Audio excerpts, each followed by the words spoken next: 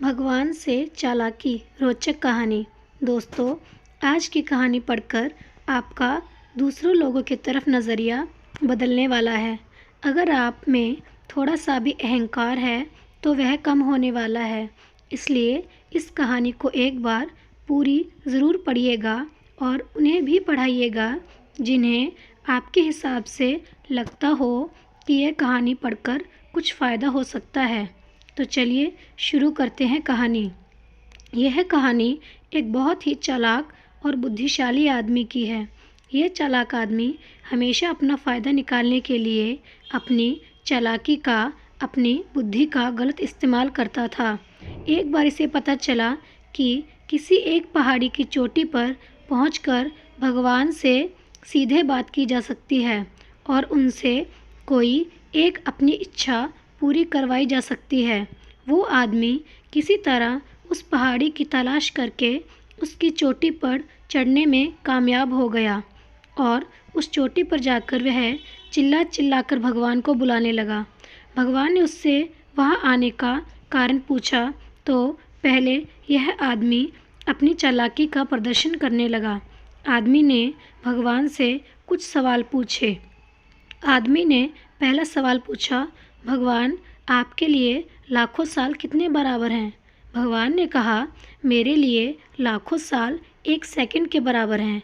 आदमी ने फिर भगवान से दूसरा सवाल पूछा, भगवान, आपके लिए करोड़ों अरबों रुपए का क्या मूल्य है? भगवान ने कहा, मेरे लिए दुनिया का सारा धन 1 रुपये के बराबर है। अब आदमी को लगा कि उसने भगवान को अपनी बातों में फंसा लिया है, इसलिए उसने अब अपनी इच्छा बताई।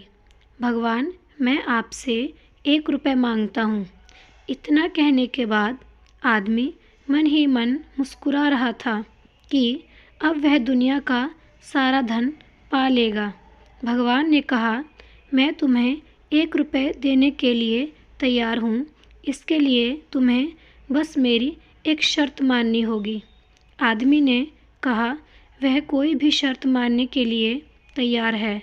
भगवान ने आदमी से कहा, तुम्हें सिर्फ 1 सेकंड इंतज़ार करना होगा। आदमी खुशी से उछल पड़ा और तुरंत हाँ कर दी। उसके हाँ करते ही भगवान वहाँ से गायब हो गए। अब आदमी इंतज़ार करने लगा कि कब उसे दुनिया का सारा धन मिलेगा। कुछ घंटे बीत जाने के बाद जब दोबारा सोचने लगा तो उसे याद आया कि उसका पहले सवाल का जवाब जो भगवान ने दिया था उसके हिसाब से भगवान के लिए 1 सेकंड यानी आदमी के लिए लाखों करोड़ों साल के बराबर है।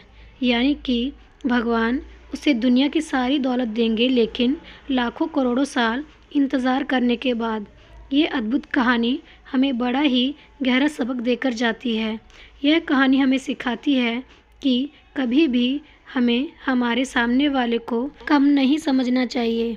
अगर हम सामने वाले से ईमानदार रहेंगे, हम उसके साथ अच्छा ही करेंगे तो हमारे साथ भी अच्छा होगा और हम सामने वाले को जो देंगे वही हमें वापस मिलेगा। हम सामने वाले को खुशी देंगे तो हमें खुशी वापस मिलेगी। हम उसे दुख देंगे तो दुख मिलेगा। वफ़ादारी के बदले वफ़ादारी और धोखे के बदले हमें धोखा ही मिलेगा। दोस्तों, अगर मेरी कहानी आपको थोड़ी सी भी अच्छी लगी हो तो कृपया करके मेरे चैनल को लाइक और सब्सक्राइब ज़रूर करें। धन्यवाद।